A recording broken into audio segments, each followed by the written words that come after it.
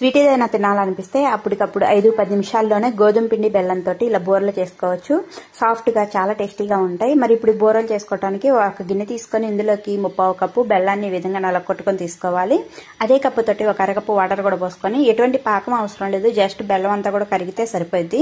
ఇలా బెల్లం అంతా కరిగిన తర్వాత కొద్దిగా యాలకుల పొడి కూడా వేసుకొని స్టవ్ ఆఫ్ చేసుకొని ఈ బెల్లపు వాటర్ ని పూర్తిగా చల్లారనివ్వాలి. ఇలా చల్లారిన తర్వాత ఏ కప్పుతో అయితే బెల్లాన్ని తీసుకుంటామో అదే కప్పు తోటి 1 కప్పు గోధుమ పిండి వేసుకొని ఎక్కడ ఉండలనేది లేకుండా ఇలా బాగా కలుపుకోవాలి. ఫస్ట్ ఇలా కలుపుకున్న తర్వాత ఇప్పుడు ఇందులోకి కొద్దిగా వాటర్ పోసుకుంటూ కేక్ బ్యాటర్ లాగా రెడీ చేసి పెట్టుకోవాలి. ఇప్పుడు ఇందులోకి 1/2 టీ స్పూన్ వంట సోడా కూడా వేసుకొని పిండిలో కలిసేలాగా బాగా కలుపుకొని పెట్టుకోవాలి. ఇప్పుడు ఆయిల్ బాగా వేడిగా ఉన్నప్పుడు ఫ్లేమ్ మీడియంలో పెట్టేసుకొని గుంటగరిటెతోటి వీడియోలో చూపిస్తున్నట్టు పిండినంతా కూడా ఒకే చోట వేసుకుంటే దానంతట అదే స్ప్రెడ్ అయ్యి పైకి పొంగుతూ ఇలా తేలుతాయి అనమాట. ఇప్పుడు రెండు వైపులా కూడా మంచి కలర్ వచ్చేంత వరకు ఫ్రై చేసుకోవాలి. ఫ్లేమ్ మీడియంలో పెట్టేసుకొని ఇలా మంచి కలర్ వచ్చినా తీసేసుకోవాలి.